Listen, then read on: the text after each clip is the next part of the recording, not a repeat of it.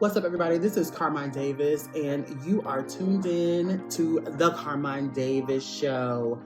What the fuck is up, bitch? Let's get into it. Okay, another great, crazy week in my life. Hustling, doing what I gotta do to make it, bitch. They're not letting it be easy for a bitch, so you gotta work.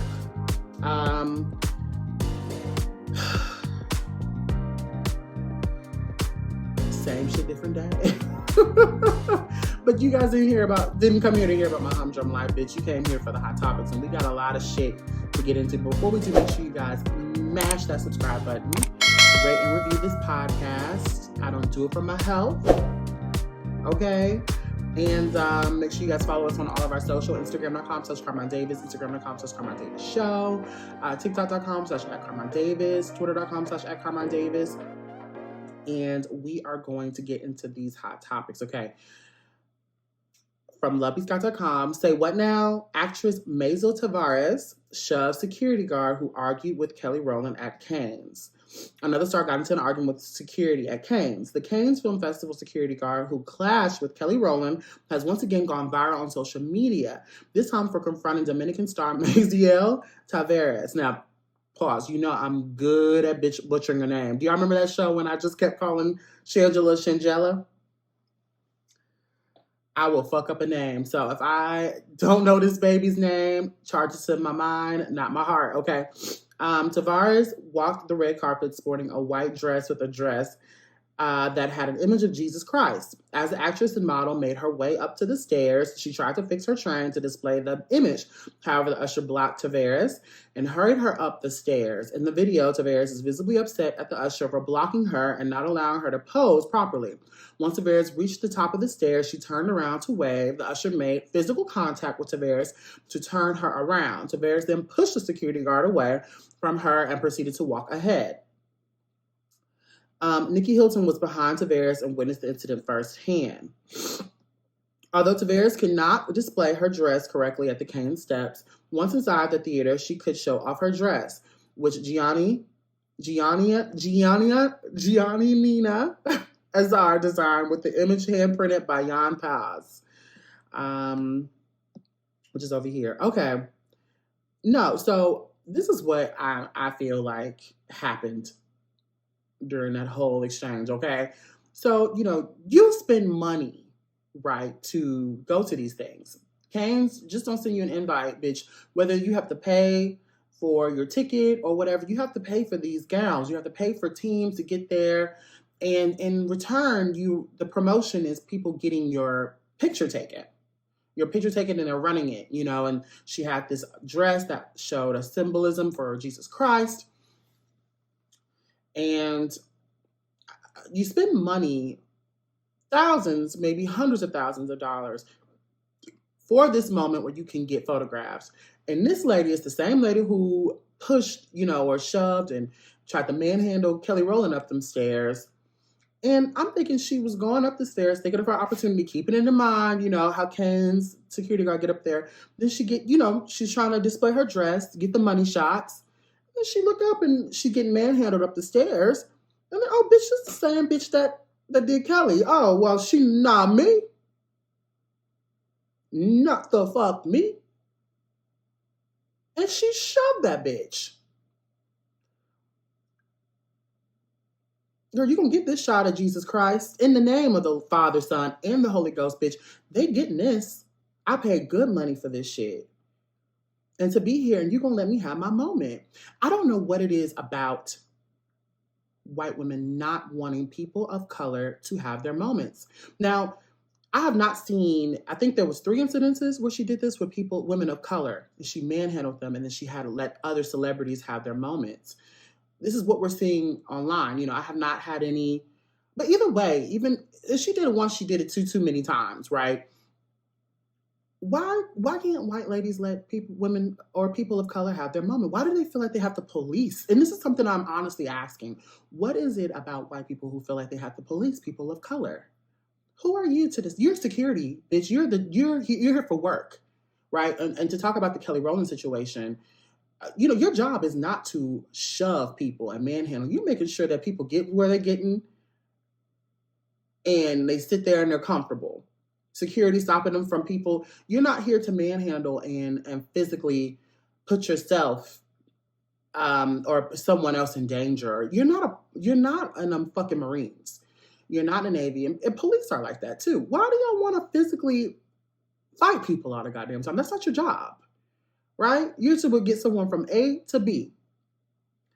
And why do you want? What is it about brown people that make you feel like you have to take action? Like you got to be a superhero, bitch. You got to be Superman and let me yank Kelly Rowland up these stairs. Let me take this Dominican queen who's trying to display her dress. What was it about that she could not have that was 3 minutes? What is it about that you felt like she was just not worthy of those few minutes to show her dress that she paid money for at this event, this glossy event? And then, bitch, like she said, it ain't all that. Nikki Hilton was behind her, so it wasn't like this was the Oscars. And Nikki Hilton is that girl. We love Nikki, we love Kelly, but don't try to make it seem like she probably didn't know who these women are. Because one, that's her job. If you're security, you're supposed to know that any bitch that's running up this red carpet is somebody, and you should treat them like somebody, okay? Then two, bitch, it ain't like you pushing her out the way to make room for Paris. Bitch, you doing it for Nikki. Leave a comment below if you understand where I'm coming from. I think it comes back to white women want to police. I want to tell a personal story. And I always get in trouble for telling my personal business, or people feel some type of way because if something happens, I'm probably going to tell it on my show, right? And I'm not saving this for my after show. I'm going to tell you right now on the show, okay? One time I was at this bar, right? And I frequent a lot. And this girl the bartender gave me these roses, this bouquet of roses. And I love her. That's my girl. That's my bitch. We've been riding tough for years. And I hadn't been there, and she wanted to give me some roses. So I'm over here, thankful for her and on my phone and talking to her. And I hear this white lady beside me, and she's like, "Oh, are those for me?" And, I ignore her because I don't know her. And no, they were given to me. So why would you think that they're for you? They're in my hand. No, they're not for you. So I ignore her and kind of went on and kind of chuckled and went on. Then she goes and tells her husband, "Oh, he got me flowers." That's 2, right? So I kind of was like, no, no, these are for me. And we ignore her, the bartender and everything. And then she says it to some stranger that comes up or whatever. She's like, "Oh, yeah, and he got me these lovely flowers. He's holding it for me." And it just kept dawning, like, why couldn't that white lady just sit back and let me have my flowers? What is it about me receiving my flowers? It was symbolism for where I feel like I am in my life. What is it about me being a Black male in a place, or gay or whatever? What is it about white women that just will not let me have my flowers? What is it about white women who feel like they need to just take flowers and get everything, receive everything? What is it? Bitch, we don't know you. Why? And then to just flip it, why couldn't you just sit there and just let me get my flowers? And it had nothing to do with you. Eat your taco. I don't know. We're going to move on to the next hot topic. But before we do, subscribe to the show. Make sure you guys follow us on all of our socials. Instagram.com/Carmine Davis, Instagram.com/Carmine Davis Show, Twitter.com/Carmine Davis, TikTok.com/@Carmine Davis. And we're going to move on to the next hot topic. From LoveyScott.com. Drake is reportedly now a resident of Texas following the purchase of a $15 million estate. Ooh, that's close. I'm in Georgia. Texas he's getting closer to me. Now, y'all know I love Drake. He, to me, is the bad bitch that I feel like I've always wanted in my life, like I deserve. Drake is that girl, and I feel like we need to meet. I think one night in my boudoir would change his world and change mine. He's a Scorpio. Y'all know I love my Scorpios. But I also say, if I find someone attractive, there's something wrong with them. So take that as you will. Again, go big or go home. For Drake, these two are mutually exclusive. Drake is now the proud owner of the Dos Brisas Ranch in Washington, Texas, after he acquired the property for a whopping $15 million. According to the Culture Map Austin, the ranch was built in 2002 across a sprawling 313 acres and was previously a resort up until it closed down. In 2022, after 17 years, the property boasts a 14,300 square foot Mediterranean-style home and features a wide range of amenities, including an organic farm, equestrian facility, a resort-style pool, hot tub, and tennis court, while the surroundings are filled with pecan trees, wildflowers, 3 ponds, and a Peach Creek. The ranch is also home to several other haciendas, although it remains to be seen whether the boy will transform them into commercial properties. Ooh, I love dealing with a rich nigga. Okay, earlier this month, one of Jersey's security guards was shot and seriously injured outside of his Bridle Path mansion in Toronto. A motive is yet to be determined. Despite the recent listings of his Beverly Hills mansion, the publication claims his 7-figure purchase in Texas closed last fall. Initially, the details surrounding the estate sale were anonymous. You know, that's my dream home, is to live on a ranch. You can ask anybody. So I'm not trying to say that Drake is getting his life. Our lives are not aligning. I'm not trying to say that, but it feels that way. You know, when somebody's tired of playing games, right? And you just feel like somebody's life is aligning with your life. Like this sounds like my dream home, and I deserve it. I deserve it. And it's so it seems like it's private. He's a private man, I'm a private man, and I don't think anybody could hear either one of us screaming. What else would we need in 14,300 square feet? And we have private properties, like one of them, I'm not saying could be a sex dungeon. I'm not saying that at all. I'm just saying the opportunity is there. If Drake just wants to switch his life around and choose the good life instead of struggling with these boppers, and these hoes. He's with Sexy Red and all that. Like, I think that is obviously a cry for my attention, right? Right? I think so. Leave a comment below if you think Drake is waiting on me, because I do. Leave a comment below if you want to see pictures of the house. Like, I want to see it. Maybe when I get over there, I will take some pictures for you girls and share it on my Instagram. Only one way to find out. Make sure you guys follow me on all my socials. Instagram.com/Carmine Davis, Instagram.com/Carmine Davis Show, TikTok.com/@Carmine Davis, Twitter.com/Carmine Davis. Maybe I'll post up videos of, me in a nightie, in Drake's our new estate.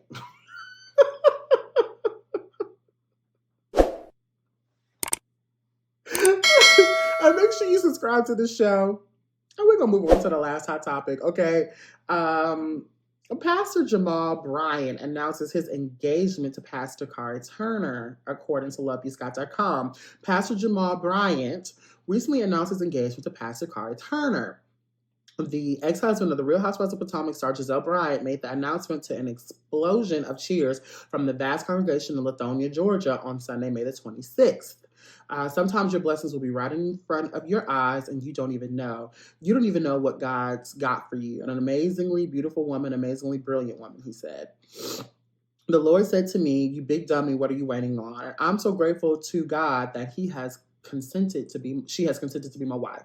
After the announcement, Brian invited Turner to join him near the lectern as the congregation stood and cheered, and Turner wiped away tears. Later, Turner also shared the happy news on her Instagram page. "I can't tell you how happy I am, how happy my family is, how happy my children are, and I hope my children is happy for me. And I hope my church is happy for me. Congratulations, may God bless this union." Wasn't you with... So what I remember about this, I thought he was still talking to Gizelle. Now, this will show you how little I've been watching Potomac. Or I've been watching it, but how little she is with that model boy. She's with that boy, right? Who's the model, and they're kind of like in an open relationship from what I remember. But I thought...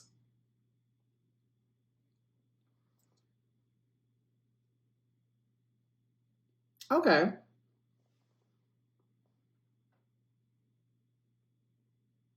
More interestingly, congratulations, Jamal and Kari.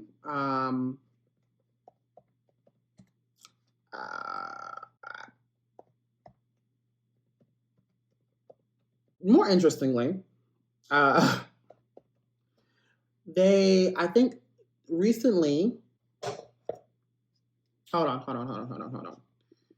I'm trying to find, someone rolled out the best housewives of all time. Is it, who just wrote this out? I want to say Forbes or somebody. It could have been complete bullshit. But on this list, there's some shit that I just saw. But on this list, Gizelle was in the top 10. Gizelle Bryant was in the top 10. I want to say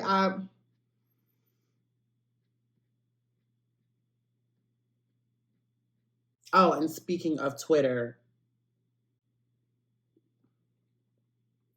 while I'm on here looking for that article, we need to convince Aubrey O'Day to come on the show. I had a Twitter exchange with Aubrey O'Day from Danity Kane. You know, we've talked about her so many times, and I told you how she's such an inspiration to me. I think that she needs to come on the show. We've talked about Diddy. We've been keeping up with the whole Diddy situation. We talked about Aubrey and every step she makes, and I've talked about how Danity Kane on season 1 had the best album run of all time, and they're underrated. And I had a Twitter exchange with Aubrey O'Day where she practically teased me about coming on the podcast. I need y'all to make that happen, okay? Y'all try to act like I need that support right now, okay? But that's neither here nor there. But anyway, there was a list. I don't know how real it was or how not it was or how, whatever. But they say that Gizelle Bryant was in the top 10 housewives of all time. I don't know how real that is. They named Gizelle Bryant. They said Nene Leakes was number 2. I remember this list, and then they had, I don't think this is it. They had Nene 2. They had number 1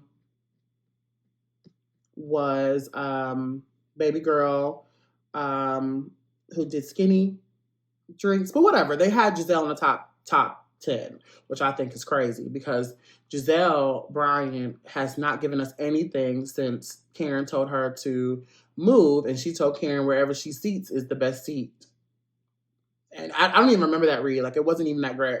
I just remember Karen, who should have been top 10. But I just remember Gizelle always, what I liked about Gizelle is that she has mastered the art of being read like a scripture and making the craziest faces as if she had never heard an insult a day in her life. That is what I know about Gizelle. That's all I know about Gizelle. But I can't find a list, so I guess it doesn't matter.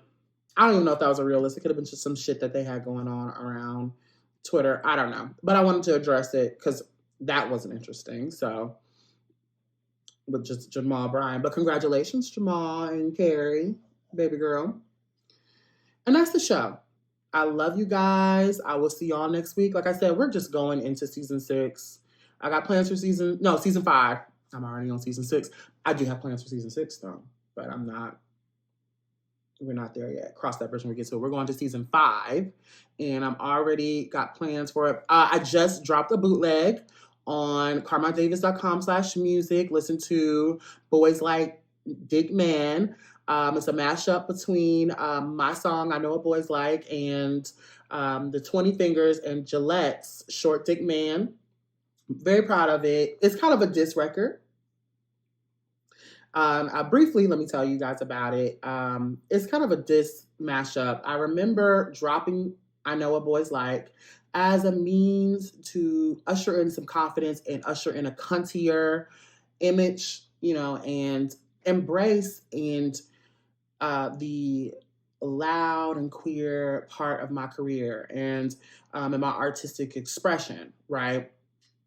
And also reveal a kind of spiritual thing, which we'll get into, but not right now. Then, when I put that out. I think a lot of girls felt some type of way about it. And a lot of girls in my personal life feel like I'm flirting with their boyfriends or their boyfriend is flirting with me. But these are the same bitches that come around and talk about how little their niggas' dicks are, or how he can't fuck, or this, that, and the third. And I'm like, bitch, what makes you think I want him? What makes you think I want your short dick ass man? And this is pretty much a diss song to all those girls. And it's just in time for Pride. So I want all the DJs, it's a free download. I want you guys to download it, spin it at all the Pride parties this year. I want you guys to send me the videos of y'all dropping it like it's hot to this song, add it to your mixes, and it's on carminedavis.com/music, and I'm very proud of it. Shout out to Analog by Nature for mixing it with me. We did another mashup a couple years ago, I want to say last year ago, to Never Gonna Love Again and All For You by Janet Jackson. I love that one too. And that's it. I love you guys. Mwah. Talk to you soon.